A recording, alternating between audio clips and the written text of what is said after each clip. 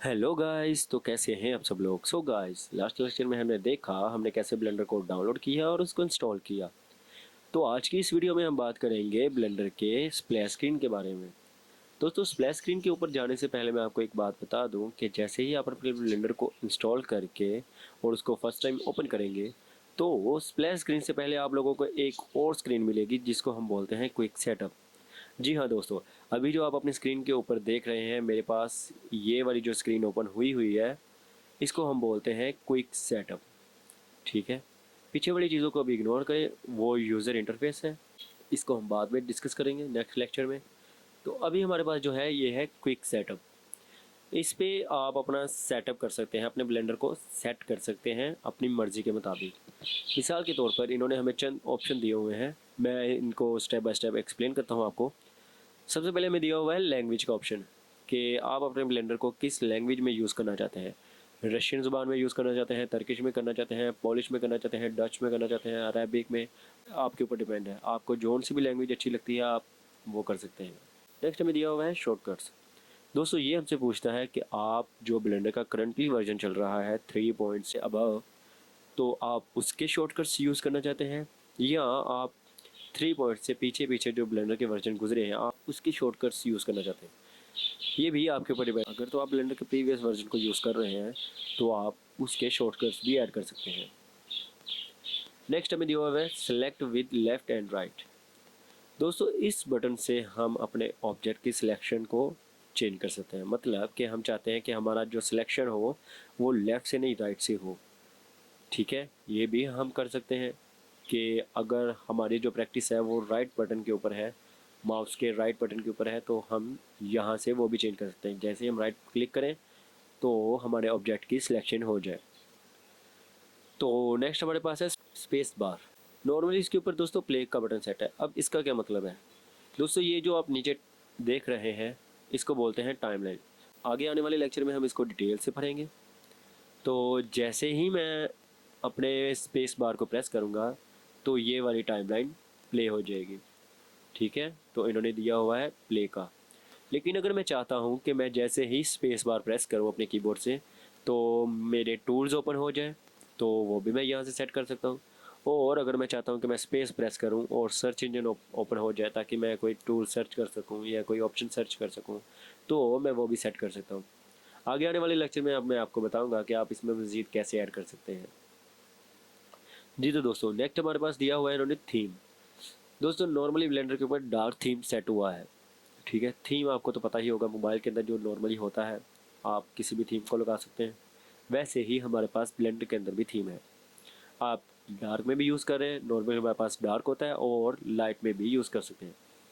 जी, तो अभी आप अपनी स्क्रीन पे देख रहे हैं मेरा फुल ही ब्लेंडर लाइट हो चुका है। और अगर आप चाहते हैं कि डीप ग्रे होना चाहिए तो आप डीप ग्रे भी कर सकते हैं। जी तो दोस्तों, मैं आपको एक और मज़े की चीज़ बता दूं, इसमें आपको माया का थीम भी मिल जाएगा। और जिन मेरे भाइयों को नहीं पता कि माया क्या है तो मैं आपको बता दूं कि ब्लेंडर से पहले माया आया था, वो भी एक कंप्यूटर ग्राफिक्स सॉफ्टवेयर है। ठीक है गाइज, तो आप इसको अपनी मर्ज़ी के मुताबिक सेट कर दे। जी तो गाइज, मुझे लगता है आपको इन टैब्स की समझ आ गई होगी। अगर नहीं आई तो आप मुझे कमेंट में बता सकते हैं। तो गाइज, अब मैं आपको देता हूँ इसकी एक टिप। तो अगर मुझसे क्या हो अगर ये मैं कर दूँ तर्किश ज़ुबान में और ब्लेंडर का इसका वर्जन ये वाला कर दूँ, ये वाला सिलेक्शन कर दूँ और इसका थीम जो है ये वाला कर दूँ।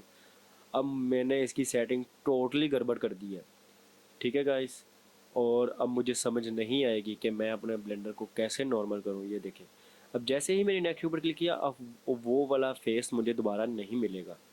ठीक है गाइस, वो वाला मुझे दोबारा नहीं मिलेगा। तो नॉर्मली लोग क्या करते हैं, अपने ब्लेंडर को अनइंस्टॉल करके रीइंस्टॉल कर लेते हैं।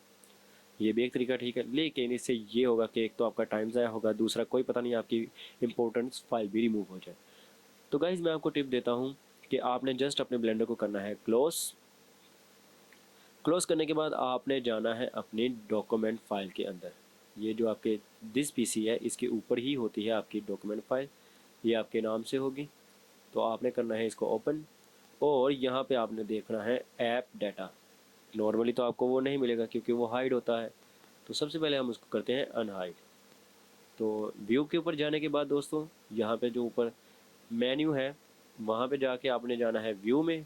व्यू में जाने के बाद आपने यहाँ पे करना है हाइडन आइटम्स। जैसे ही आप इसके ऊपर क्लिक करेंगे तो जौन सी भी फाइल हाइडन होगी वो आपको मिल जाएगी। उसके बाद आप लोगों ने जाना है दोस्तों ऐप डाटा के अंदर। ये हमारे पास हाइड फाइल थी, ये आप देख रहे हैं कि ये अभी लाइट भी है, तो इसको आपने कर लेना है ओपन। उसके बाद आप लोगों ने आना है रोमिंग फोल्डर के अंदर। रोमिंग फोल्डर के अंदर आने के बाद आप लोगों को यहाँ पे मिल जाएगा ब्लेंडर फाउंडेशन। दोस्तों आपने कुछ नहीं करना, जस्ट इसको रिमूव कर देना है। बस आपने इसको रिमूव कर देना है और आ जाना है अपने वापस ब्लेंडर के ऊपर। इसको मैं बिल्कुल ही रिमूव कर देता हूँ। तो अब मैं जैसे ही अपने ब्लेंडर को दोबारा ओपन करूँगा,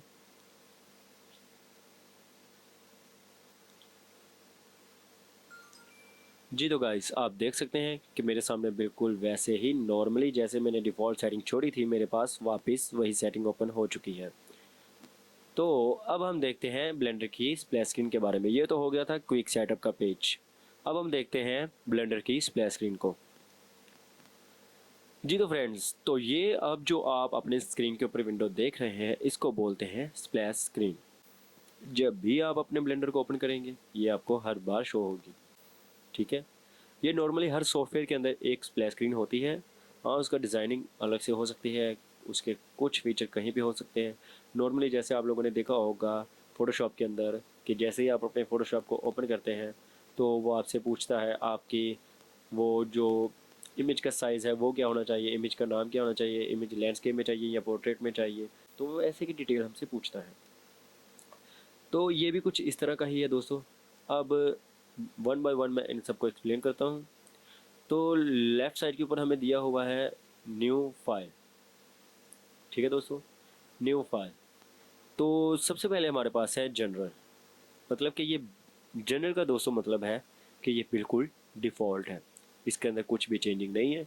जैसे मैं इसके ऊपर क्लिक करूँगा तो नॉर्मली हमारा ब्लेंडर जो है वो ओपन हो जाया करेगा नॉर्मली। इसके अंदर कुछ चेंजिंग नहीं होगी, ये बिल्कुल न्यू होगा। जैसे हम फोटोशॉप के अंदर या किसी और सॉफ्टवेयर के अंदर न्यू फाइल लेते हैं बिल्कुल एम्प्टी, तो हमें जनरल के ऊपर वो वाली फाइल मिलेगी।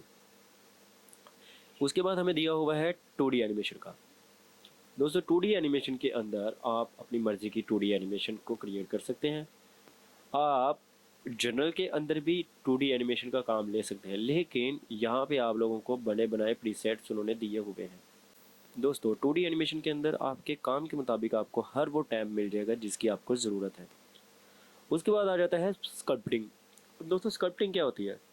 दोस्तों इसका मतलब है कि अगर मिसाल के तौर पर आपके पास एक क्यूब है, सिर्फ एक बॉक्स है, ठीक है, उस बॉक्स को आप एक करैक्टर की फॉर्म में भी तब्दील कर सकते हैं। ये फुल ही डिपेंड है आपकी स्किल के ऊपर। आप उसको एक क्रिएचर भी बना सकते हैं। उसके बाद ये जो अभी आप देख रहे हैं ये तकरीबन तकरीबन स्कल्पटिंग की मदद से बने हुए हैं। ये जो आप अभी माउंटेन वगैरह देख रहे हैं इस इमेज के अंदर, ठीक है, ये जो भी आप देख रहे हैं ये होते हैं क्रिएचर्स, ठीक है। आप ये भी बना सकते हैं। उसके बाद जैसे हमने अक्सर मूवीज़ के अंदर देखा है डायनासोर वगैरह हो गए, उसके बाद एलियंस वगैरह हो गए, जैसे हम मूवीज़ के अंदर देखते हैं, तो वो सारी चीज़ें आप स्कल्पटिंग के अंदर बना सकते हैं। मतलब कि आपने 3D मॉडल तो तैयार कर लिया उसका, अब आप चाहते हैं कि अब मैं उसमें मज़ीद डिटेल्स से काम करना चाहता हूँ, तो आप वो काम स्कल्पटिंग के अंदर कर सकते हैं। तो गाइज़ नेक्स्ट हमारे पास है VFX। दोस्तों VFX के अंदर आप अपनी मर्ज़ी के विजुअल इफ़ेक्ट्स को क्रिएट कर सकते हैं। मिसाल के तौर पर आप इसमें फायर भी क्रिएट कर सकते हैं, स्मोक भी क्रिएट कर सकते हैं और वाटर भी क्रिएट कर सकते हैं और सम अदर इफ़ेक्ट्स आप क्रिएट कर सकते हैं। दोस्तों किसी भी तरह का आप इफ़ेक्ट्स क्रिएट कर सकते हैं इसमें। लाइक अगर आपने डॉक्टर स्ट्रेंज का देखा होगा तो वो जो सर्कल है वो भी आप इसमें क्रिएट कर सकते हैं। उसके बाद लेज़र लाइट्स हैं वो भी आप इसके अंदर क्रिएट कर सकते हैं, ठीक है, और डिस्टॉर्शंस वगैरह, क्रैक्स वगैरह वो भी आप इस पर क्रिएट कर सकते हैं। दोस्तों हमारा जो फुल ही फोकस रहेगा वो VFX के ऊपर रहेगा, तो इसके बारे में हम मज़ीद पढ़ेंगे आगे आने वाले लेक्चर में। नेक्स्ट हमारे पास है दोस्तों वीडियो एडिटिंग। दोस्तों ये भी बिल्कुल वैसे ही वीडियो एडिटिंग है जैसी नॉर्मली हर सॉफ्टवेयर के अंदर होती है। मिसाल के तौर पर जैसे आपने यूज़ किया होगा फिल्मोरा, काइनमास्टर और Adobe Premiere Pro, Adobe After Effect, तो ये भी कुछ इस तरह का काम करता है।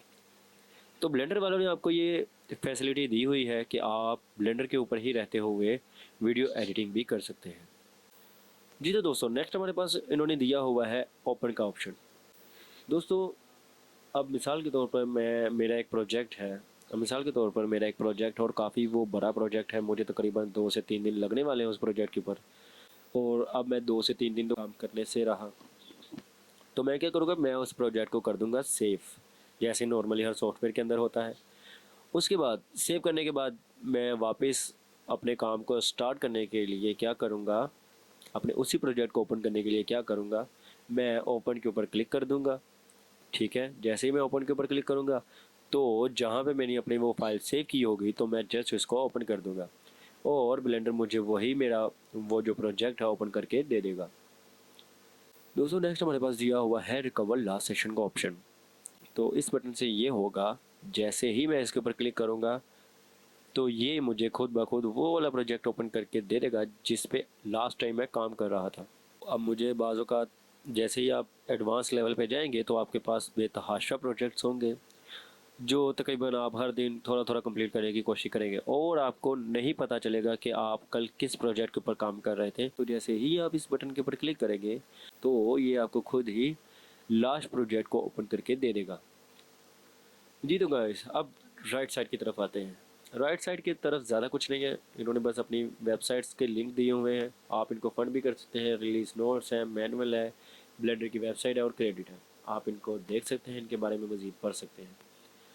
जी तो फ्रेंड्स मुझे उम्मीद है आपको स्प्लैश स्क्रीन के ट्यूटोरियल में मज़ा आया होगा। दोस्तों देखें, मेरा ज़्यादा लंबा ट्यूटोरियल बनाने का इरादा नहीं होता, लेकिन मैं चाहता हूँ कि आपको अच्छे से समझ आए। और अगर आपको अच्छे से समझ आ रही है तो आप प्लीज़ इस वीडियो को लाइक करें। तो नेक्स्ट वीडियो में हम देखेंगे ब्लेंडर के इंटरफेस के बारे में, तो वहीं से हमारा फिर एडवेंचर शुरू होगा। तब तक के लिए अल्लाह हाफिज़।